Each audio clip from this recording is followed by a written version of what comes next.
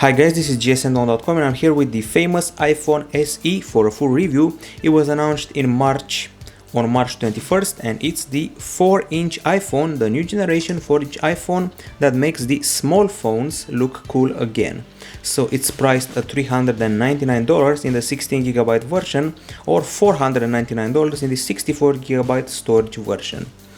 You probably know the fact that this is a 4-inch screen smartphone that's virtually identical to the iPhone 5S as far as the design, format and measurements are concerned. It comes in silver, gold, space gray or rose gold, which is exactly the version we have here. It measures 7.6mm in thickness and weighs a very light 113 grams, which are the same measurements as the iPhone 5S, of course with 1 gram more for this device. It has the same length and the same width as the 5S, has the same 4-inch screen, and it's a very comfy handset to use if you've had an iPhone before, one of this size and of this diagonal.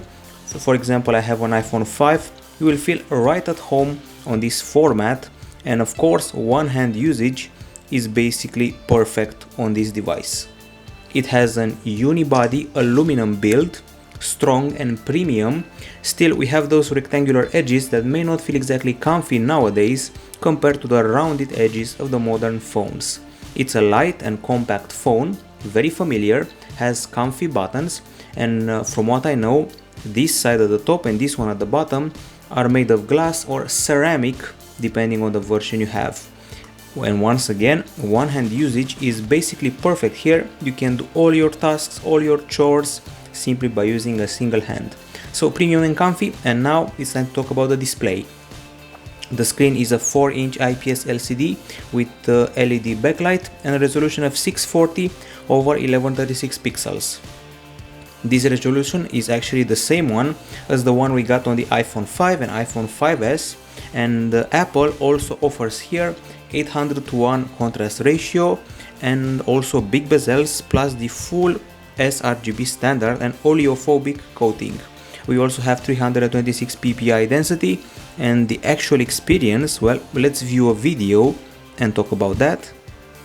This is our usual test clip, and we have good brightness, very well calibrated colors, wide viewing angles and good contrast in the sunlight, even in full sunlight. There's no 3D touch in case you're wondering, and the pixels are of the RGB stripes variety. We also have extra data for you. Okay, so let's look up that extra data. Here we go, those are the pixels under the microscope, RGB stripes, and then we used the lux meter and found out something rather odd. The core brightness here is 479 lux units, however, it's not a uniform brightness. The top side of the screen is rather yellowish and only achieves 266 lux units, which is a bit of a letdown. That's probably why Apple may be switching to OLED instead of IPS LCD pretty soon. Still, judging by this core brightness, we beat the OnePlus 2 and the Lenovo Vibe X3 when it comes to the bright screen. On the same note, this brightness makes us go below the Huawei P9 that was a bit brighter. Now if you go into the settings area and select display and brightness, you'll find the usual auto brightness and brightness slider, text size, there's also bold text and a new option that came with the latest version of iOS. It's called Night Shift and includes options like scheduled, manually enable at need tomorrow, and a color temperature slider that makes the hue of the screen more warm or less warm. The purpose of Night Shift is to make the screen warmer in color so you can get better sleep at night. As you know, a shade of blue within all the electronics makes your sleep poorer, and this solves that problem. Anyway, the conclusion is that we're dealing with a good display, but not one with uniform brightness, because this area is not exactly well lit. It's still below the quality of the screen on the iPhone 6, for example. Now on the hardware side of things, we're dealing here with a phone that has the dual-core Apple A9 processor of the iPhone 6s with twister cores, and the GPU is a PowerVR GT 7600. We also get 2GB of RAM, and once again the same CPU, GPU and RAM as the iPhone 6s. Also 16 or 64 GB of storage, and obviously there is no lag. You can do whatever you want here. you will encounter absolutely no lag and no problem even if you have a ton of apps opened up. And games run in a pretty fluid way, even if you're running Modern Combat, Badland, Limbo, or whatever else you fancy. So this is Riptide GP2, our usual benchmark game, and let's see how it's handled. Excellent graphics. You will see in the benchmarks that we have a very powerful GPU here.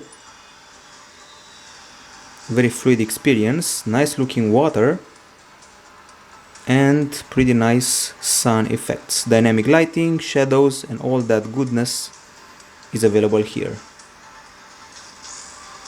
Okay, water drops checked, and now we proceed further. As I said before, benchmarks are available on this handset as well, and our sister site mobilissimo.ro did a few tests, quite a few of them actually, and let's see what came out of that.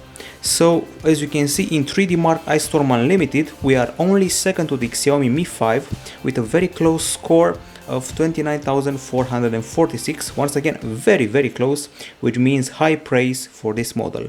Other tests, GFX bench, well, we're first placed in this sub-test, also first placed here, 17th place here, 5th place here, so we're doing fine in the GPU department as well. In Geekbench 3, first placed in the single core test, and 12th place in the multi-core one. Once again, all the scores are excellent, and in Antutu we are 4th in the overall top, only being surpassed by the Xiaomi Mi 5 and the iPhone 6s Plus and the Galaxy S7, so all of them heavy hitters. Basically the performance should be on par with the iPhone 6s and even the iPhone 6s Plus, which is a big praise for such a small phone. Now, if you're wondering about the temperature, after playing the game Riptide GP2 for 15 minutes, we achieved a temperature of 33.9 degrees Celsius, so there is no overheating here, and once again, no lag and a very fluid user interface. On the audio side, we may seem to have two speakers, but as usual, only this one here is the actual speaker. This grill is only for aesthetic purposes, probably hides a microphone. Apple Music is here with sections like My Music, For You. There is a section called New, which you probably know already. There is also Radio, they're loading up, so much for the lack of lag. And Connect if you want to socialize with your favorite artists. This app always loaded, slower than I would like it to, and now it's time to actually analyze the acoustic experience.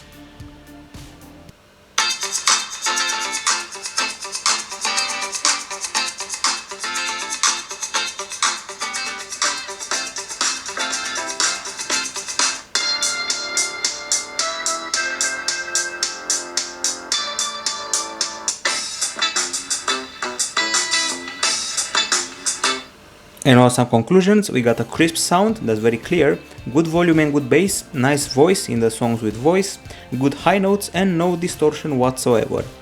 The acoustic experience also has its own option, which should be found here, and includes an equalizer with genre presets and functions like small speakers, treble booster, vocal booster and bass booster. There's also volume limit and sound check in case you need those extras. And now let's have a look at the headphones. Here we are, the Apple Earpods. They've been the same ever since the iPhone 5. They're pretty comfy, pretty loud, they have a great bass, and they provide a pretty nice sound overall, and a very comfy remote is included. So nothing has changed over the past years as far as the Apple Earpods are concerned. Okay, we're done with the headphones. Time to see how the decibel meter test went. Here we go. We achieved 82.9 decibels, which is quite good. We surpassed the Huawei P8 and the OnePlus 2, as well as the iPhone 6s with its 81.7 decibels overall, good acoustics. Time to talk about the camera, probably the best aspect of this small phone. 12 megapixel shooter at the back with 1.22 micron pixels. We got focus pixels here, dual tone flash, f2.2 aperture and 4K video capture. Basically the same camera as the iPhone 6s. At the front we have an older camera, 1.2 megapixel and the Retina Flash, which means the screen is about 3 times brighter for selfies. This is the same front camera as the one of the iPhone 5s. And the interface, as usual, we have a camera that opens up very fast. And speaking of fast, one of the fastest captures in the world goes to this model. This one and the Huawei Nexus 6P are probably the fastest shooters of pictures in the world. And the focus, not exactly as fast as some people would like it to be, especially compared with the Galaxy S7 for example, pretty fluid zoom and the straightforward options that the iOS camera user interface is known for. So we got these filters, then we got panorama, square, photo, video, slow motion and time-lapse. And on this side we got the front camera shortcut, we got the timer, live photos, HDR with these three options, and finally flash options are available here as well. Now if you want extra tweaks and you didn't have enough, we have those related to the video capture, which are those ones. You can film in 720p 30 frames, 1080p 60 or 30 frames, or even 4K video and record slow motion at 120 or 240 frames per second, which also alters the resolution. Now here we are finally with the gallery of photos we've taken during the day. It was a very sunny day in April and we registered good colors, crisp images, very nice close-ups of flowers with an excellent level of detail, and some of them are even wallpaper worthy. Great texture, excellent sky and clouds, which not many cameras are able to capture, pretty nice focus and pretty nice HDR. And this is one of the best shots of close-ups of flowers we did with the iPhone SE. You can even see a small ant climbing this flower, which is simply amazing. Some more shots and even more close-ups of flowers. Of course, these two aren't exactly perfect, but these ones are top-notch. In spite of the fact we have hundreds of shots, we didn't have many blurry shots. Let's say we had maybe 2 or 3. So that's pretty impressive. The selfies, well, they aren't exactly on the same level as the one of the recent flagships. However, I find the texture of the skin and color to be quite natural, so at least that's good. And even more close-up shots of toys will be coming here. Check out the detail on this one. Simply excellent, and also the panorama is very generously spaced, so to say. It has a resolution of 16,382 over 3628, and if you zoom in you'll see that there's no artifact, no problem, and the image doesn't get curved like it happens with some other panoramas. As I said before, a lot of shots, you can really have a look at the full gallery once the review is done. Some landscape shots here was a good idea to start zooming in, and you'll see that there's no big detail loss, which is quite a compliment. And here we played with the HDR because we had the clouds in front of us, and we started zooming in, and we did lose a bit of quality when zooming in there. Of course, we just had to play with the live photos and with this stick, toy stick in a park. So that's what the live photos are all about, but we don't have 3D touch, so we cannot play with them as we'd like to. Another series of shots, excellent colors, exposure, white balance, focus, details, and pretty much the same quality we got with the iPhone 6s and 6s Plus. Of course, minus destabilization, only digital here. So not one shot is wrong. And now it's time to talk about the low light capture. We also have that. It goes something like this. The street light halos aren't exactly very big, which is a compliment. There isn't much blur, which is also good, but there are some strange reflections which we didn't like, especially when streetlights were involved. Good colors and pretty solid brightness. There aren't those yellowish hues we despise at night, so that's nice. So the photos are pretty clear, even though they're taken at night, and you can see here the difference. No flash, flash on, pretty solid flash, I have to say. Speaking of flash, we also took a selfie during the night to test the Retina Flash, and I mean here the fact that the screen gets 3 times brighter in order to accommodate the taking of the selfie. Here we go, no flash for the selfie, and then suddenly, thanks to the bright screen, we managed to take these shots. Attempts at taking close-ups during the night, on a very rainy night, and the results were, let's say, reasonable, but not more than that. So overall, I have to say that the quality during the night is reasonable, but it cannot even compare to the quality of the flagships. For example, the Huawei Mate 8 takes better low light shots, as well as the LG Nexus 5X. However, during the day, this model holds its own against the flagships, but in the end it scores below them, like for example the Galaxy S7 and the other models which we talked about before. I also feel that the Xiaomi Mi 5 is superior to this handset during the daytime, but only by a little bit, not by a huge amount.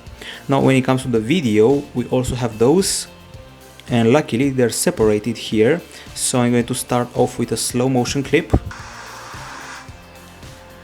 That's very well done.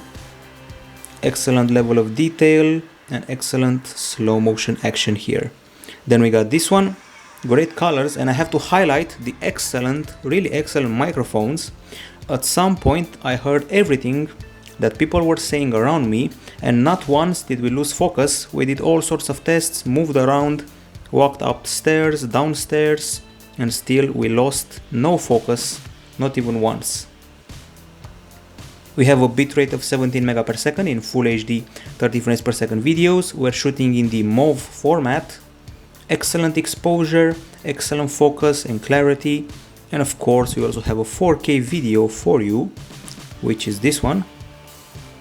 50 megapixel bitrate, superb colors, perfect clarity and great exposure. And if you want to see a shot where we zoomed in, we got this one here. And let's go straight from the moment we start to zoom in.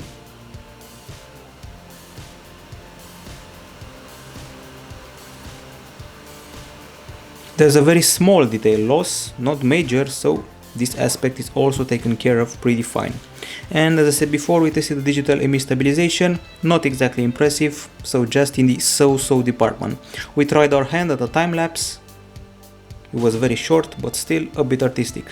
So another thing to show you here is the nighttime low light video capture. It's just okay, not more than that. It's a bit dark, but the colors are okay. I've seen much darker. For example, I remember that the Xiaomi Mi 5 cannot film very well at night. This one feels a bit superior in the area of brightness, but still some areas are pretty dark. And once again, not once did we lose focus, so that's excellent, as well as the microphone. Overall, I'd say that the iPhone SE films better than the Lenovo Vibe X3 and all the Huawei phones we've tested recently, or at least 80% of them, as well as the Asus phones we've tested lately. So great video capture minus the digital stabilization. Now as far as other things are concerned, let's talk about the browser. So we're dealing with Safari here, and it's an incredibly fast browser, this one. As you can see, it loads up gsmtone.com very fast, and we also did a test in BrowserBark that had a crazy good result. It was truly impressive. So let's check it out. Here we go. A huge score of 5,509 points, and other than that, as I said before, the browser is very fast, and also the SunSpider score was very good. The virtual keyboard is well spaced and comfy if you're not totally addicted to phablets nowadays and if you've used a small phone before. Okay, now let's get to the connectivity front. So we're dealing with a handset that provides LTE category 4, VoLTE, HD voice, Wi-Fi A, B, GN, AC, Bluetooth 4.2, NFC, GPS, GLONASS, and of course the lightning port at the bottom. There is also support for AirPlay, and as far as the actual calls are concerned, we're getting here loud and clear calls, a fantastic microphone that I actually used for some podcasts, and the results were simply stunning. You can even record music with it with no problem, and journalists will be very happy about the microphones on board. Now as far as the speed testing goes, this is what we achieved via Wi-Fi, 26 megapixel in download and 20 in upload, so I'd say we're doing pretty fine. Now as far as the battery is concerned, we're dealing here with a 1624 mAh unit compared to the 1560 mAh unit on the iPhone 5s. Now let's access the archives of our sister site and go straight to the iPhone SE and check out its battery performance. So testing, and here we go. So on paper we are promised 14 hours of 3G talk time and also 13 hours of video playback or 50 hours of audio. And in our video playback test we achieved a crazy good 14 hours and 10 minutes, which is huge. We even beat the Samsung Galaxy S7 and it's 13 hours and 41 minutes, as well as the iPhone 6s and it's 12 hours and 5 minutes. And basically you can watch a whole season of House of Cards and then add a full-fledged movie in the mix. And now the charging test, well, it took us 2 hours and 18 minutes to charge up the phone. It's below the iPhone 6, 2 hours and 10 minutes, and below the LED TV One S, 1 hour and 31 minutes, but this is faster than the HTC One M8 and the iPhone 6s. We also have the low power mode features that came with iOS 9. So if you go to the battery section, low power mode is here and allows you to save some juice by reducing visual effects, background app refresh and auto downloads. Overall, a great battery, nothing to object. And now it's time to discuss the OS we're running here. It's iOS 9.3, quickly updated to 9.3.1 for the sake of bug fixes. I have to remind you that the iPhone SE does not have 3D touch, but it does come with the night shift feature, which comes in pretty handy if you're planning on sleeping after doing some web browsing. We get the Notes app, which includes the option to include some bullet points, so you can create lists. These are the options for formatting. We also have the option to doodle around with various colors, pens, and even a ruler can be used to trace lines, as you can see me doing right here. And you can delete stuff if you want to, and once again change the color. Okay, other than that, that's what the notes are all about, and you can even support extra multimedia content added to them. In the drop down section we have the notifications and the today area. That includes a bunch of widgets which you can tweak from here, and more of them will be added as you install apps. The control center is this one. With a swipe up you'll see it. Connectivity toggles, brightness slider, multimedia controls, and 5 shortcuts to core apps, and night shift gets its own shortcut. We also have AirDrop available as a shortcut as well. Multitasking available like this. It's a carousel that's scrolling in a 3D interface on a horizontal level and looks pretty nice. And you can close apps by swiping up. Very easy and very straightforward. Spotlight can be triggered from anywhere in the home screens, and you can use it to do math. So 3 divided by 5, for example, or you can also do conversions. 13 meters equals that many yards. You can also use it for weather and score information, football scores or whatever. And now Siri is able to search pictures and videos based on dates, for example. So, hey Siri, show me pictures taken on Sunday. Here we go, pictures taken on Sunday. That's what it's all about.